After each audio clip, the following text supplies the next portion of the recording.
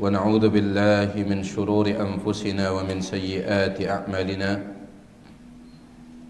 من يهده الله فلا مضل له ومن يضلل فلا هادي له وأشهد أن لا إله إلا الله وحده لا شريك له وأشهد أن محمدا عبده ورسوله أما بعد فإن أصدق الحديث كتاب الله وخير الهدى هدى نبينا محمد صلى الله عليه وسلم وشر الأمور محدثاتها فإن كل محدثة بدعة وكل بدعة ضلالة وكل ضلالة في النار.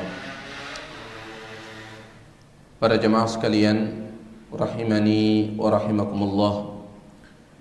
Alhamdulillah, dengan kemudahan yang diberikan oleh Allah Subhanahu wa taala kepada kita, pada kesempatan malam hari ini kita bisa melanjutkan pengajian rutin kita masih dalam pembahasan tentang kaedah-kaedah fikih yang dituliskan oleh Al-Imam Abdurrahman bin Nasir As-Sa'di rahimahullah dalam salah satu kitab beliau yang berjudul Manzumatul Qawaid Al-Fiqhiyah. Dan malam hari ini kita masuk ke dalam bait syair beliau yang ke-12. Qala al-muallif rahimahullahu ta'ala, berkata al-Imam Abdurrahman bin Nasir As-Sa'di rahimahullah, ad-dinu mabniyun 'ala al-masalihi fi jalbiha wad-dar'i lil-qaba'ihi. Beliau mengatakan ad-dinu, agama ini, yaitu agama Islam, mabniyun, dibangun, alal masalihi, di atas maslahat-maslahat. Agama Islam ini dibangun di atas maslahat-maslahat. Fi jalbiha, yaitu agama ini datang fi jalbiha, untuk membawakan kita maslahat, wad-dar'i lil qaba'ihi, dan untuk menolak al-qaba'ihi, yaitu keburukan-keburukan atau mafsadat-mafsadat. Nah, ini dia bait yang ke-12 para jamaah sekalian. Kesimpulan dari bait ini adalah tentang bahwasanya agama Islam ini adalah agama maslahat. Yang dimaksud dengan maslahat adalah kebaikan. Allah Subhanahu wa ta'ala tidaklah mendatangkan agama ini kecuali untuk kebaikan. Kebaikan manusia, baik kebaikan agama, kebaikan dunia ataupun kebaikan akhirat. Allah Subhanahu wa ta'ala tidak pernah mendatangkan agama untuk mencelakakan manusia. Taha ma anzalna 'alaikal qur'ana litashqa. Taha, kami tidak pernah menurunkan Al-Quran kepadamu litashqa, agar engkau celaka. Tidak. Karena ada sebagian orang, dikarenakan kurangnya iman, lemahnya iman, mereka memandang agama ini mempersulit kehidupan. Sampai ada di antara manusia yang mengatakan, jangan terlalu belajar agama, nanti kehidupan antum akan sulit.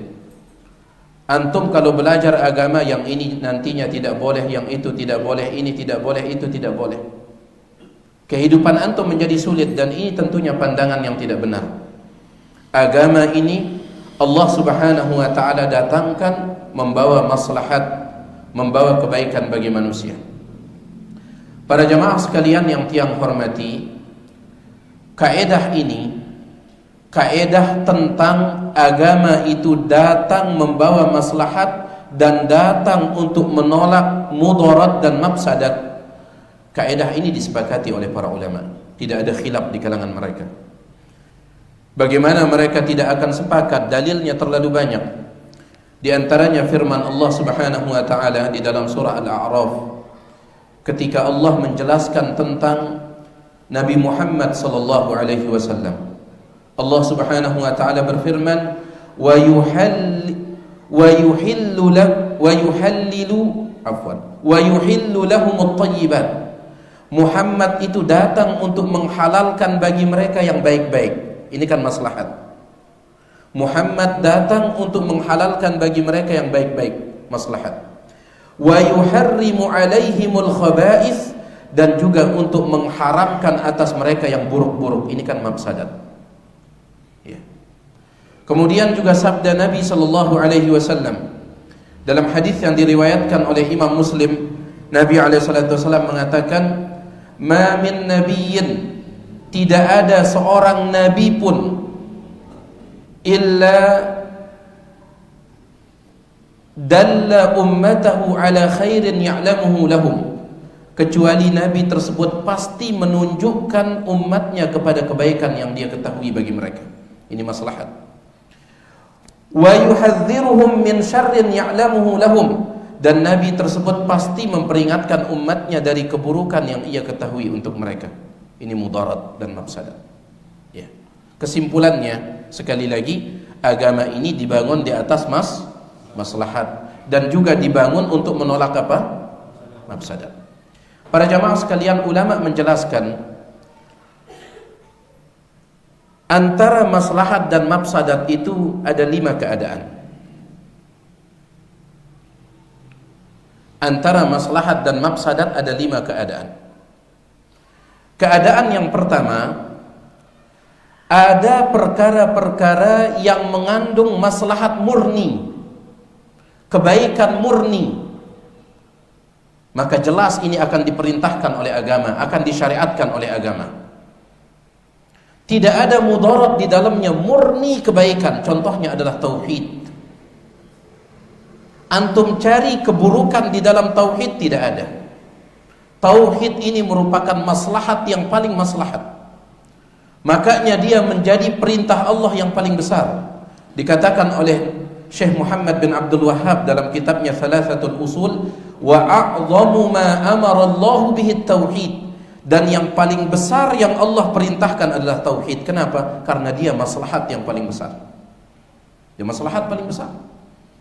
Murni maslahat, tidak ada mafsadat di dalam menjalankan tauhid itu. Baik. Ini yang pertama. Begitu pula di antara contohnya adalah birrul walidain, kata para ulama, berbakti kepada kedua orang tua. Ini murni maslahat.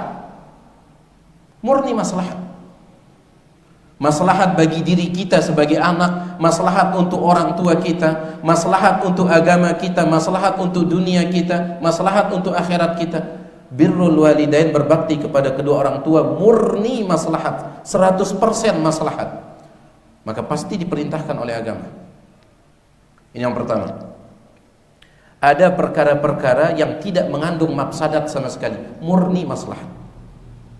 Yang kedua, ada perkara-perkara yang dia mengandung maslahat dan juga mafsadat, tetapi maslahatnya lebih besar dari mafsadatnya. Ada perkara maslahatnya ada, mafsadatnya ada, kebaikannya ada, keburukannya juga ada, tetapi kebaikannya jauh lebih besar. Yang ini juga akan diperintahkan oleh agama kita.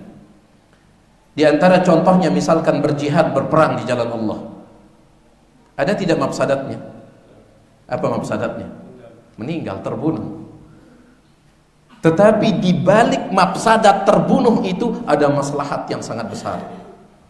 Dalam hadis riwayat Imam Ahmad, Tirmidzi, Ibnu Majah dengan sanad yang sahih, Nabi SAW mengatakan, lisyahidi indallah sittu khisal. Orang yang mati syahid itu diberikan oleh Allah 6 kemuliaan. Orang yang mati syahid, syahid perang, ya. Karena syahid dalam Islam itu banyak. Orang yang ditabrak itu syahid, orang yang mati tenggelam itu syahid, orang yang mati karena tertimpa bangunan itu syahid, atau longsor itu syahid. Ya, seorang perempuan yang mati ketika melahirkan itu syahid, orang yang mati menceret itu syahid, banyak syahid. Tapi mereka disebut dengan syahid akhirat, bukan syahid dunia. Adapun orang yang mati ketika berperang di jalan Allah, mereka syahid dunia dan akhirat. Nah, orang yang syahid dunia akhirat ini, yang mati berperang di jalan Allah Subhanahu wa taala, diberikan 6 kemuliaan. Yang pertama yang disebutkan oleh Nabi SAW, yughfaru lahu fi awwali daf'ah, semua dosanya diampuni bersama dengan tetesan darahnya yang pertama kali keluar. Bersih dari dosa bersama tetesan darah yang keluar. Ya. Tetapi tentunya kecuali hutang ya. Nabi SAW bersabda, yughfaru lisyahidi kullu dzambin illa ad-dain. Diampuni, dimaafkan bagi orang yang mati syahid segalanya kecuali hutang. Ya. Ini keutamaan luar biasa, diampuni semuanya. Ya. Bersama dengan tetesan darahnya yang pertama kali keluar. Kemudian yang kedua kata Nabi SAW, wa yura maq'adahu fil jannah, ketika ruhnya keluar langsung dia melihat tempatnya di dalam surga. Sudah terlihat langsung di dalam surga di mana tempatnya, di mana posisinya nanti, terlihat langsung. Ini kan maslahat luar biasa. Kemudian yang ketiga, wa yujaru minal faza'il akbar. Dia akan dilindungi dari al-faza'il akbar, ketakutan yang paling besar. Sebagian ulama mengatakan yang dimaksud ketakutan yang paling besar adalah neraka. Karena jelas tempatnya di dalam surga, otomatis dia tidak akan masuk neraka. Kemudian yang keempat, wa yudhu' ala ra'sihi tajul waqar al-yaqutatu minha khairun minad dunya wa ma fiha. Diletakkan di atas kepalanya itu mahkota yang satu mutiaranya lebih baik daripada dunia dan seisinya.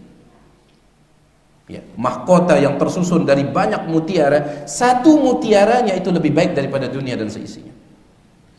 Kemudian keutamaan yang kelima, wa yuzawwaju thnataini wa sab'ina zawjatan minal huril 'ain. Dia akan dinikahkan oleh Allah dengan 72 bidadari.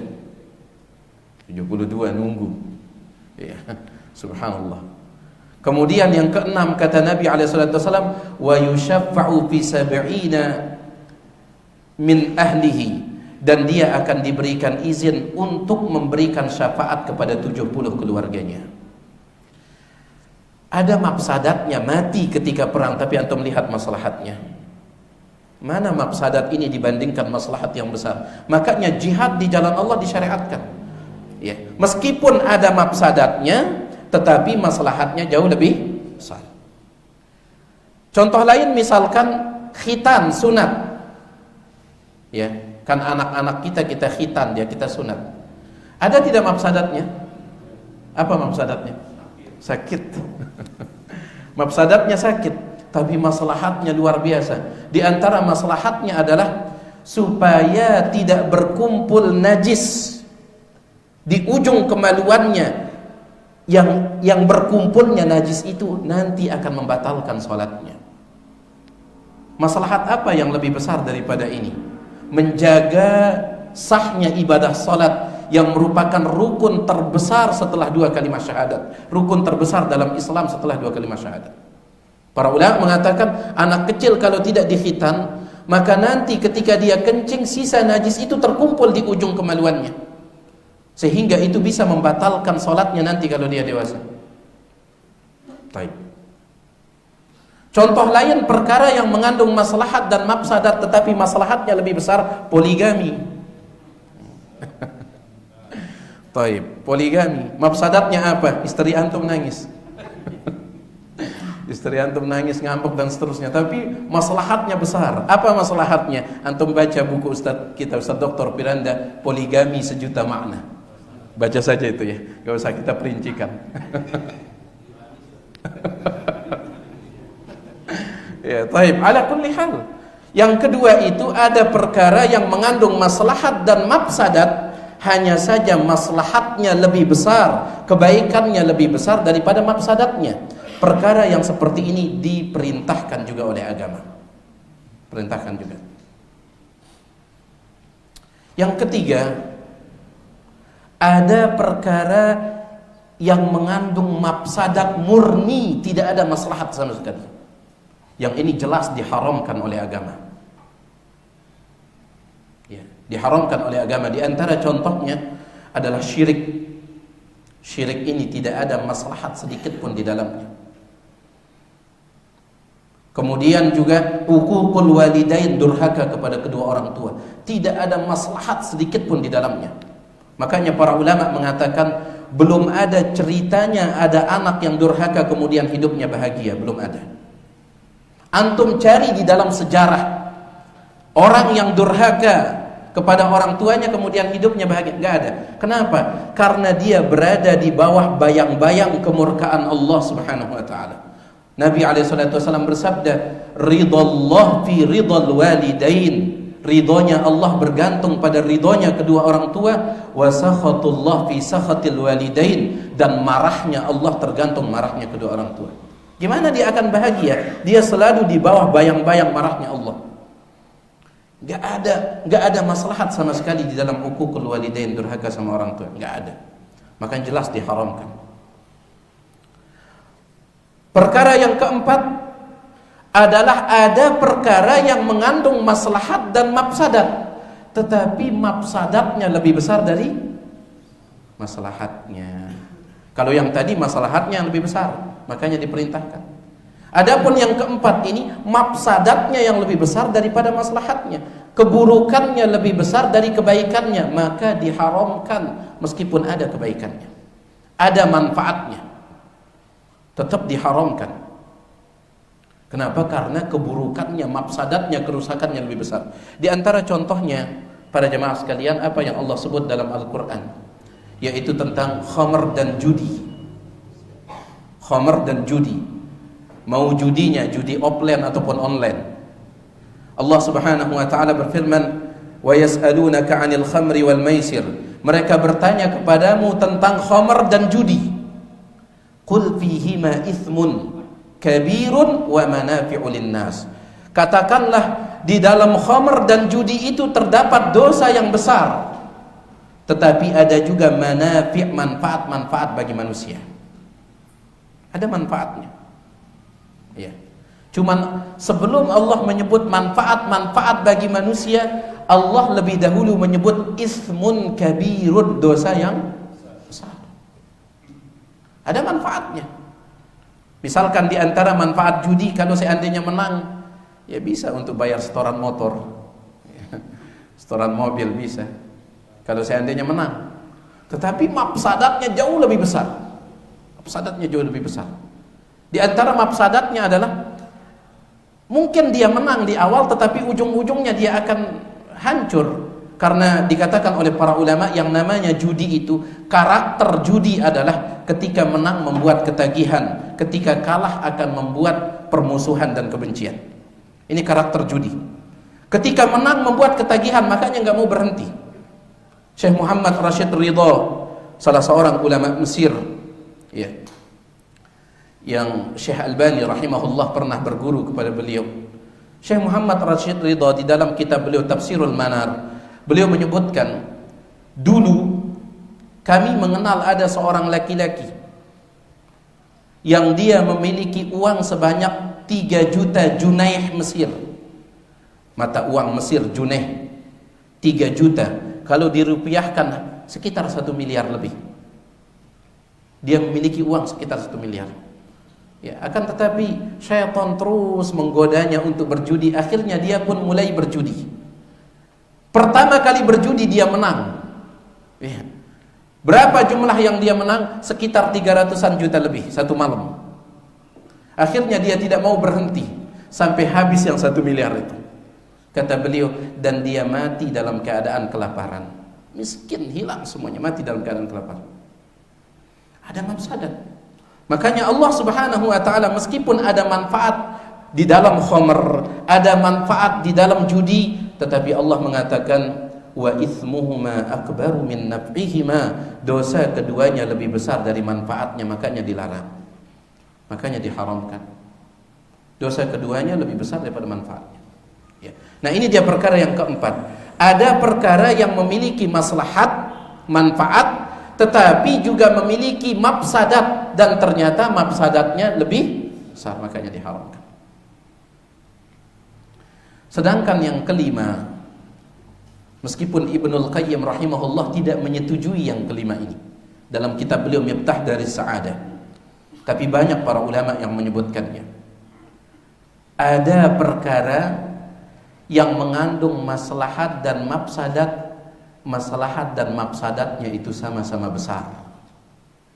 Tidak ada yang lebih besar. Maslahatnya besar, mafsadatnya juga besar. Nah, perkara yang seperti ini apakah disyariatkan, dilakukan ataukah ditinggalkan? Wallahu ta'ala a'la wa a'lam. Syekh Ibnu Utsaimin rahimahullah dan yang lainnya mengatakan, ketika ada sebuah perkara yang maslahatnya dan mafsadatnya itu sama, maka perkara tersebut lebih baik dihindarkan. Karena ada satu kaidah di dalam agama, darul mafasid muqaddamun ala jalbil masalih.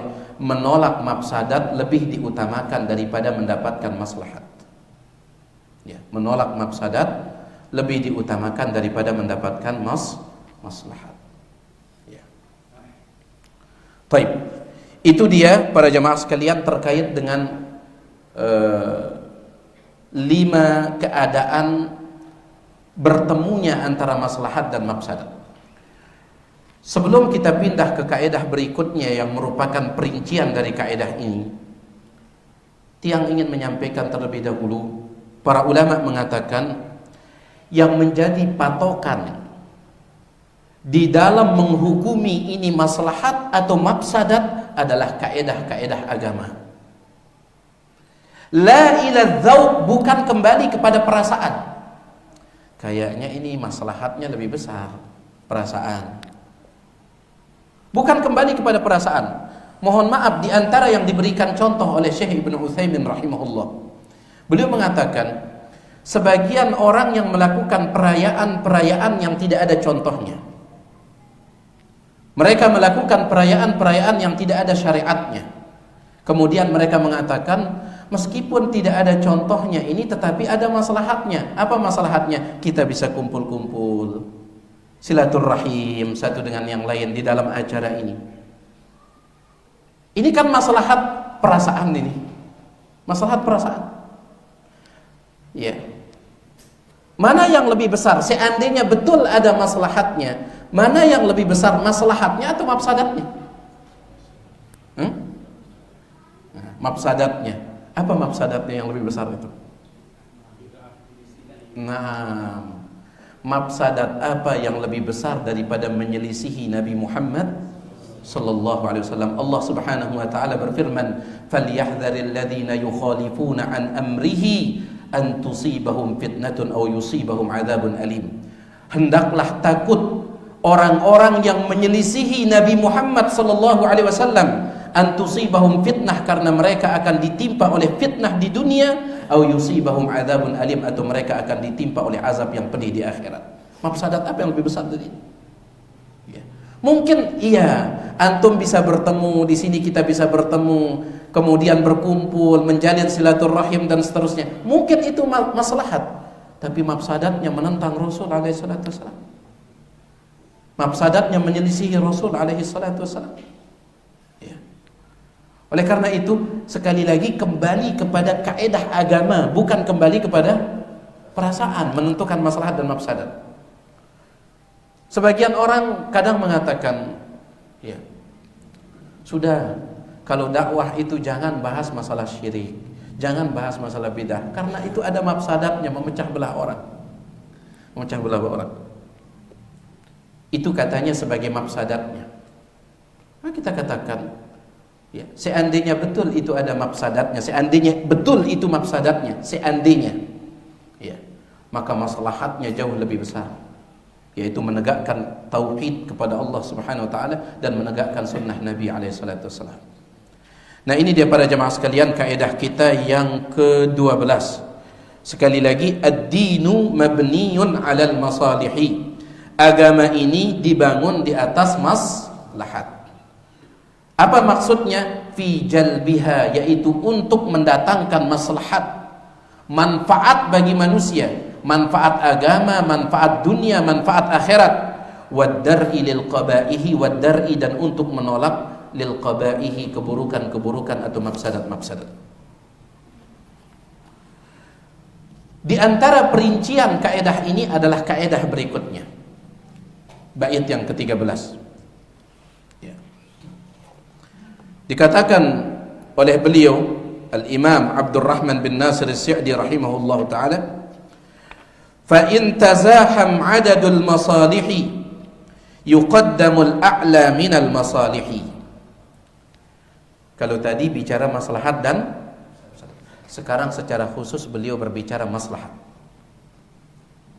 Fa in tazaham, fa in seandainya tazaham bergesekan, seandainya bergesekan adadu sejumlah al-masalihi maslahat. Di depan antum ada beberapa maslahat dan ternyata antum tidak bisa mengambil semuanya. Antum dituntut untuk memilih satu di antara dua maslahat atau lebih. Kan kadang jemaah sekalian, di dalam sebagian keadaan itu kadang kita dihadapkan dengan dua pilihan, dua-duanya baik. Dua-duanya baik. Ya. Tetapi antum tidak bisa mengambil dua-duanya, itu masalahnya. Nah, fa in tazaham, apabila bergesekan adadul masalihi, sejumlah maslahat, sejumlah kebaikan, yuqaddamu, maka didahulukan al-a'la, yang lebih tinggi maslahatnya minal masalihi, dari maslahat-maslahat itu. Ini yang disebut oleh para ulama dengan sebutan kaedah prioritas. Ya. Jadi kaedah di dalam memilih, kaedah di dalam memilih. Kalau di depan antum itu ada dua pilihan dan dua-duanya baik, cuman antum tidak bisa mengambil dua-duanya, harus ngambil salah satunya, mana yang antum ambil? Yang lebih besar maslahatnya. Lebih besar maslahat.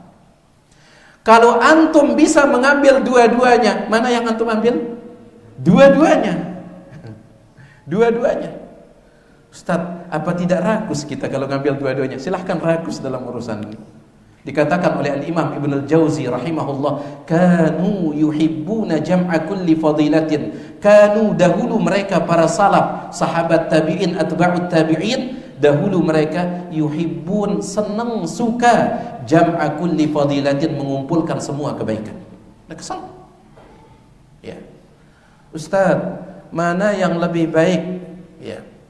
Zikir pagi ataukah menonton live ustadz kita misalkan? Mana yang lebih baik? Zikir pagi atau menonton kajian ustadz kita? Mana yang lebih baik? Sebenarnya ini bisa dikumpulkan, bisa.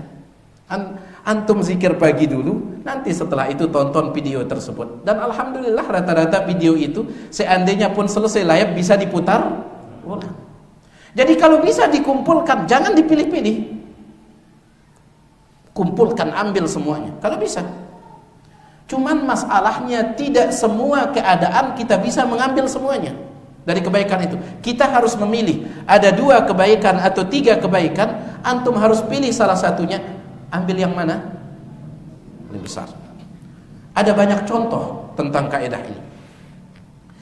Di antara contohnya misalkan sebelumnya, yang lebih besar maslahatnya itu istilahnya fadil. Apa istilahnya? Fadil, yang lebih besar maslahatnya. Ya. Yang agak kurang maslahatnya istilahnya itu mafdul. Mafdul. Ya, mafdul. Nanti kalau tiang mengucapkan fadil, apa artinya fadil? Yang lebih besar maslahatnya. Kalau tiang mengucapkan mafdul, apa artinya? Yang lebih rendah maslahatnya. Ya, ini istilah para ulama. Contoh jemaah sekalian, kalau bertabrakan antara ibadah sunnah dengan ibadah wajib, dan antum tidak bisa melakukan dua-duanya, sunnah dengan wajib, mana yang kita ambil? Jelas yang wajib. Jelas yang wajib. Contoh, kan insya Allah semua antum sudah paham.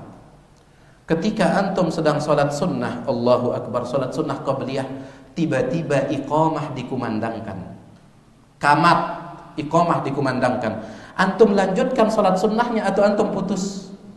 Putus. Padahal ini maslahat, sholat sunnah ini maslahat.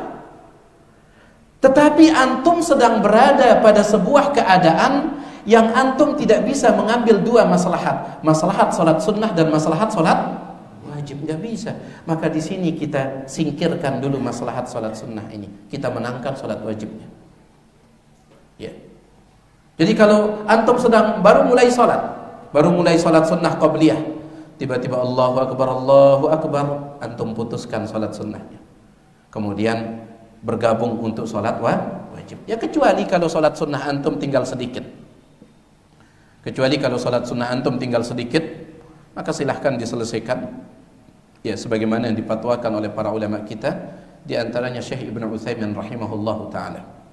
Sebagian ulama mereka memutlakkan yang penting sudah iqamah, meskipun tinggal sedikit stop dia.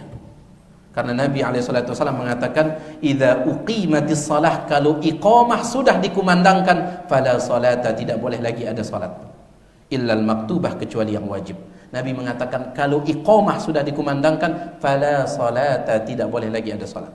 Sehingga sebagian ulama mengatakan mutlak. Ya. Tapi sebagian ulama dan tiang lebih condong kepada pendapat ini, yaitu kalau memang tinggal sedikit maka silahkan dilanjutkan, tetapi agak dipercepat. Nah ini diantara contohnya. Antum berhadapan dengan dua maslahat, antum ambil maslahat yang lebih besar, wajib dengan sunnah. Ya, wajib dengan sunnah. Contoh lain misalkan, antum sebagai seorang laki-laki punya istri dan punya ibu. Istri dan ibu, dua-duanya membutuhkan nafkah dari antum.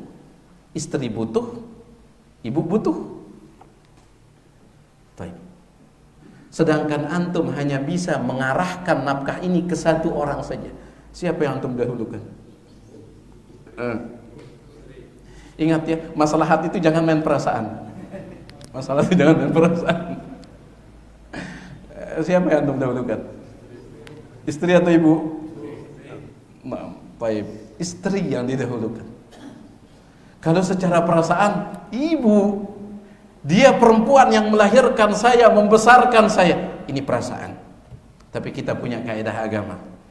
Kenapa istri yang didahulukan? Karena nafkah istri itu wajib di setiap keadaan. Nafkah ibu itu tidak wajib di setiap keadaan.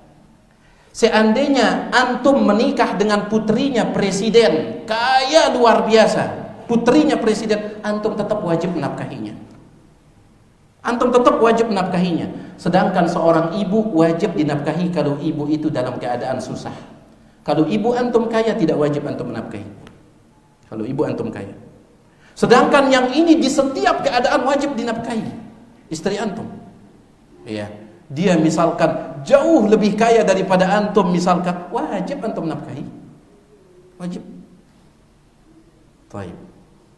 Sedangkan ibu kapan wajib dinafkahi? Kalau memang dia sedang dalam keadaan butuh. Kalau memang dia tidak butuh, ya, dia masih kaya ibu kita, maka tidak wajib dinafkahi. Nah ini dia, apabila dua maslahat bergesekan, yuqaddamul a'la minal masalihi. Banyak sekali contohnya para jamaah sekalian.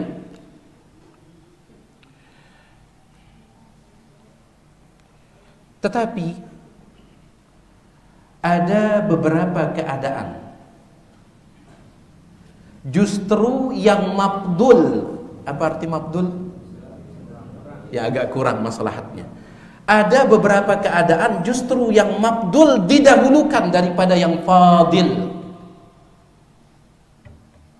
Hukum asalnya yang fadil didahulukan dari yang mafdul. Fadil itu yang lebih besar maslahatnya, didahulukan daripada yang mafdul yang agak kurang maslahatnya. Itu hukum asalnya. Tapi para ulama menyebutkan ada beberapa keadaan yang mafdul diutamakan, didahulukan daripada yang fadil. Di antaranya, apabila waktu tersebut adalah waktu untuk si mafdul. Apabila waktu tersebut, waktu tempat antum ingin melakukan kebaikan itu, waktu tempat antum ingin melakukan maslahat itu adalah waktunya si mafdul, bukan waktunya si fadil. Ya. Mana contohnya? Ulama kita mengatakan zikir yang paling afdal itu membaca Al-Quran.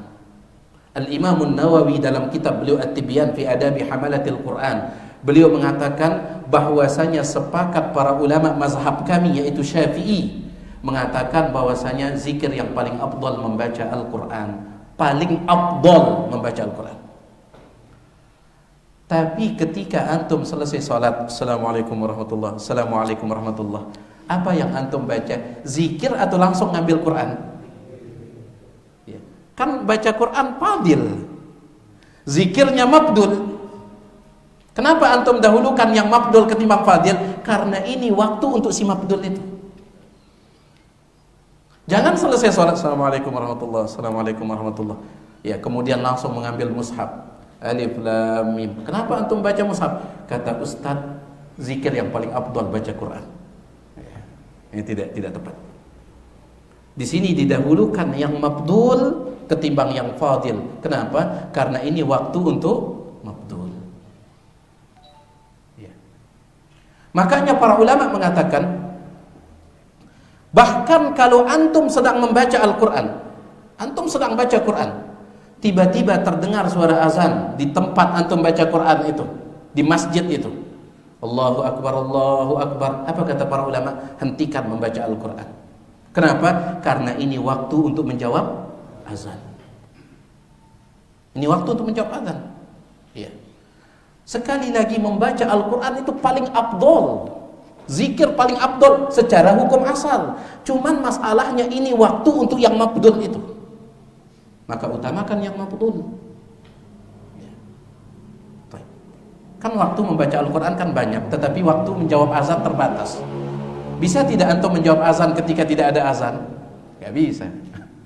Tapi kalau baca Quran, kapanpun antum mau, tengah malam silahkan antum baca Quran, siang hari silahkan, waktu duha silahkan. Ya. Baik. Ini dia keadaan yang pertama, di mana mafdul mengalahkan fadil. Antum ingat istilah mafdul dan fadil. Keadaan yang kedua, jemaah sekalian, apabila melakukan yang fadil itu akan menimbulkan dampak yang kurang bagus. Saya ulangi, keadaan yang kedua, mafdul didahulukan daripada fadil. Apabila kalau kita melakukan yang fadil, yang lebih besar maslahatnya, kalau kita melakukannya itu dampaknya kurang bagus daripada kita melakukan yang mafdul. Contoh, sholat menggunakan alas kaki, sandal. Para ulama kita mengatakan sholat menggunakan alas kaki, sepatu ataupun sandal itu jauh lebih utama daripada tidak pakai. Ya, bahkan ada satu kitab judulnya Tadhkirut Ta'ifatil Mansurah bi Ba'di Sunanil Mahjurah, memperingatkan kepada ahlu sunnati wal jamaah tentang sebagian sunnah-sunnah yang banyak ditinggalkan. Di antaranya sunnah pakai sandal ketika sholat. Ya. Sampai ada salah seorang ulama salaf, kalau tiang tidak khilaf, bernama Ibrahim An-Nakhai. Dia pernah masuk masjid di zamannya. Masjid di zamannya itu belum ada keramik, belum ada apa, tanah lantai gitu. Tetapi dia menemukan banyak sandal di luar masjid ini. Jadi orang masuk ke dalam masjid itu tanpa apa?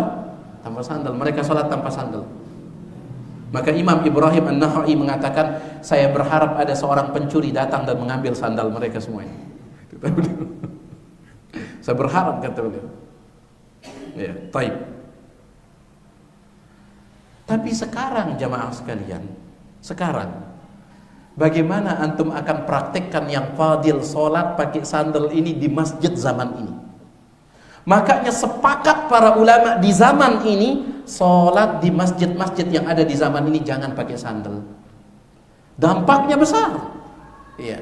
Tiba-tiba masuk orang sudah pakai keramik masjidnya, ditambah lagi karpet mahal. Itu yang dipasang. Tiba-tiba antum masukkan sandal antum. Ini yang fadil katanya. Dan ini pernah kejadian ketika tiang masih di Batam. Ya, qadarullah, tiang saat itu menjelaskan tentang bahwasanya sunnah salat menggunakan sandal. Sunnah. Pakai sandal, pakai sepatu itu sunnah salat. Dan itu yang lebih baik. Ya. Maka subhanallah, rata-rata santri di tempat yang mengajar tiba-tiba salat maghribnya semua pakai sandal. Hampir mereka saling pukul sama marbot masjidnya. Kata mereka, ustadz yang bilang ini yang lebih baik. Akhirnya saya yang dipanggil gara-gara itu. Taib. Jadi yang mabdul didahulukan daripada fadil kalau memang melakukan yang fadil itu ada dampak yang kurang baik. Ya, ada dampak yang kurang baik. Tapi kalau antum sedang sholat di lapangan, misalkan ada tablik akbar, datang syekh dari luar di markas, biasanya kan masjid itu penuh sampai ada yang di luar. Yang sholat di luar itu silahkan pakai sandalnya, jangan dilepas. Silahkan pakai sandalnya, jangan dilepas. Nabi SAW kalau sholat di Masjid Nabawi beliau pakai. Mana dalilnya? Nabi SAW sedang sholat, tiba-tiba di tengah sholat beliau lepaskan sandal beliau. Tengah sholat. Para sahabat saking mutabaah mereka, saking ittiba mereka, mereka ikut melepaskan sandal-sandal mereka. Ya. Dan ingat, Nabi SAW punya mukjizat khusus di dalam sholat, yaitu bisa melihat ke belakang sebagaimana beliau bisa melihat ke depan. Kalau beliau sudah takbiratul ihram, maka beliau bisa melihat yang ada di belakang seperti bisa melihat yang ada di depan. Makanya sahabat gak berani macam-macam. Ya, bisa dilihat. Tapi Syekh Albani mengatakan ini mukjizat khusus ketika sholat. Kalau beliau sudah selesai sholat, beliau tidak bisa lagi melihat ke belakang. Baik. Selesai sholat, kata Nabi SAW, kenapa kalian lepaskan sandal kalian? Kata para sahabat, kami melihat anda melepaskan sandal anda, kami pun ikut melepaskan. Subhanallah, mutabaah luar biasa, ittiba luar biasa. Kata Nabi SAW, tadi malaikat Jibril datang memberitahukanku, ternyata ada najis di bawah sandalku, makanya aku lepaskan. Ini menunjukkan dianjurkan sholat pakai sandal ini. Kalau antum sholat Idul Fitri misalkan di lapangan, pakai saja sandalnya. Apalagi Idul Fitri, Idul Adha kan rata-rata sandal kita baru-baru. Nah, pakai aja dia baru. Ya, baik. Ini dia para jemaah sekalian.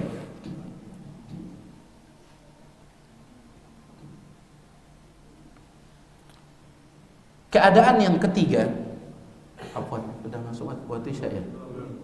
Berapa menit? 2 menit. Nah, cukup insyaallah. Keadaan yang ketiga, didahulukan yang mafdul ketimbang yang fadil. Apabila yang mafdul itu lebih menjaga hati daripada yang fadil. Apabila yang mafdul lebih menjaga hati ketimbang yang fadil, maka dahulukan yang mafdul saat itu. Mana contohnya? Para ulama mengatakan membaca Al-Quran dengan suara yang diangkat. Ya, Alif Lam Mim Dzalikal Kitab, antum angkat suara antum. Ya. Agak besar suara antum membaca Al-Quran. Itu lebih afdal, lebih fadil, itu yang fadil ketimbang antum membaca Al-Quran dengan suara lirih, dengan suara kecil. Lebih afdal dengan keras, dengan diangkat. Kenapa? Karena kalau antum mengangkat suara antum, maka ada 2 ibadah di sana, ibadah membaca dan ibadah mendengar. Mendengarkan ayat Al-Quran itu ibadah. Mana dalilnya? Nabi SAW memerintahkan Abdullah bin Mas'ud membacakan beliau Al-Quran. Abdullah bin Mas'ud mengatakan, Aqra' alaika Al-Quran wa alaika unzil. Apakah saya akan membacakan anda Al-Quran wahai Rasul, sedangkan kepada anda Al-Quran diturunkan? Kata Nabi SAW, Inni uhibbu an asma'ahu min ghairi. Aku senang mendengarkan Al-Quran dari selainku. Ini ibadah. Membacanya ibadah, mendengarnya juga ibadah. Tetapi ulama mengatakan, kalau gara-gara antum mengangkat suara antum ketika antum baca Al-Quran, khawatir hati antum ini takut akan muncul riya. Banyak orang di sana, maka di sini antum baca dengan suara kecil. Meskipun membaca dengan suara kecil itu mafdul, tapi dia lebih menjaga hati. Ya.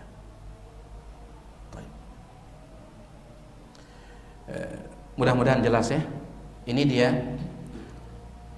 terkait dengan fa in tazaham adadul masalihi, apabila bergesekan beberapa maslahat, beberapa kebaikan, dan antum tidak bisa melakukan semuanya, yuqaddamul a'la minal masalihi, yuqaddamu, dikedepankan, al-a'la yang lebih tinggi minal masalihi, maslahatnya. Nanti akan datang lawan dari kaidah ini. Apabila bergesekan beberapa mafsadat, mana yang akan kita ambil? Wallahu alam. Mudah-mudahan yang sedikit ini ada manfaatnya. Kalau ada yang ingin ditanyakan, yang persilahkan selesai azan kalau ada. Baik. Alhamdulillah wassalatu wassalamu ala Rasulillah ma ba'd. Sebenarnya ada banyak cara sebenarnya untuk menghindarkan diri dari hal-hal yang keliru. Ada banyak cara. Ya seperti yang dikatakan tadi, bisa antum datang ketika acara pembacaannya selesai. Bisa antum datang. Ya. Bisa antum tanyakan misalkan apa saja acara yang ada di sana, urutannya. Acara yang pertama ini, kedua ini nih. Nanti antum datang pas acara makan-makan. Bisa.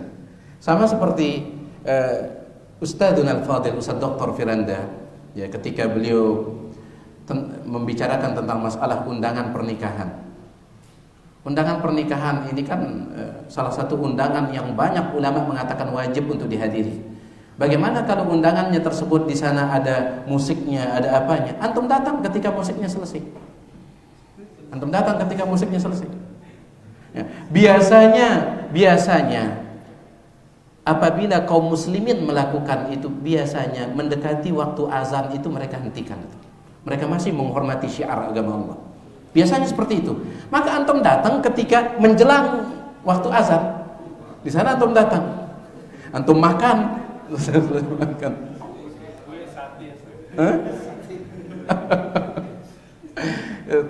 Ya. Sebenarnya ada banyak cara. Ya. Wallahu taala a'la wa a'lam. Silakan.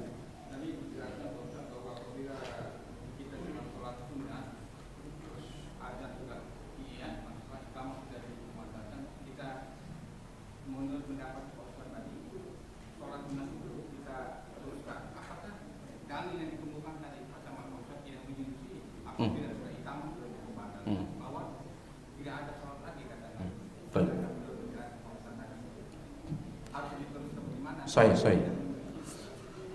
Iya. Nabi SAW bersabda, "Idza uqimatis salatu fala salata illa al-maktubah." Apabila iqamah sudah dikumandangkan, maka tidak boleh ada salat kecuali salat wajib. Sudah kita katakan bahwa orang yang sedang salat sunnah apabila iqamah maka dia hentikan salatnya, kecuali kalau tinggal sedikit dia lanjutkan. Kenapa ulama berpendapat seperti itu? Karena Nabi SAW mengatakan tidak boleh ada salat kecuali salat wajib. Artinya apa? Kalau tinggal sedikit salatnya dan itu tidak membuat dia telat masuk ke yang wajib ini, maka silahkan dia lanjutkan. Tidak boleh ada salat kecuali salat wajib. Kalau seandainya tinggal sedikit dan salat wajibnya belum dikerjakan, berarti belum masuk dalam hadis itu. Paham tidak pelunggu? Karena Nabi mengatakan tidak boleh ada salat kecuali salat wajib. Yang wajibnya saja belum ditegakkan ini.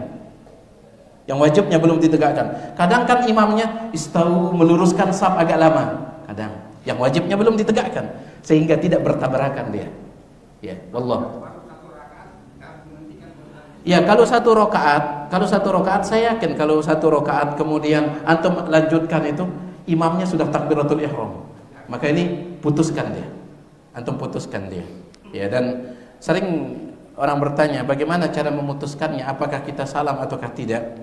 Dalam satu hadis yang disebutkan oleh para ulama dan dibawakan juga hadis ini oleh Imam Ibnu Hajar dalam Bulughul Maram. Disebutkan dalam hadis itu wasallama fi akhiriha. Nabi alaihi salatu wasallam itu salam di akhir salat. Beliau salam di akhir salat. Kata Syekh Ibnu Utsaimin, ini menjadi dalil bahwa orang yang memutus salatnya itu tidak perlu salam. Kenapa? Salatnya belum berakhir. Salatnya belum berakhir. Iya.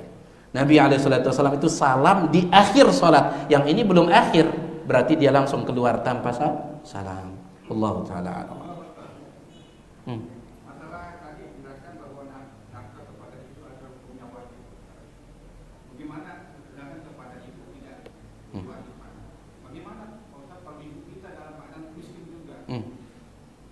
Apakah gimana namanya saya? Apakah ibu juga bisa mendapatkan dari penghasilan kita itu kita juga? Baik. Sepertinya pertanyaan Bapak, kita dahulukan istri daripada ibu, itu yang kita sebutkan tadi. Tapi sepertinya pertanyaan Bapak, bagaimana kalau istrinya ini berada, ibunya yang membutuhkan? Yang kita sebutkan tadi, dua-duanya sedang membutuhkan. Itu dua-duanya sedang membutuhkan.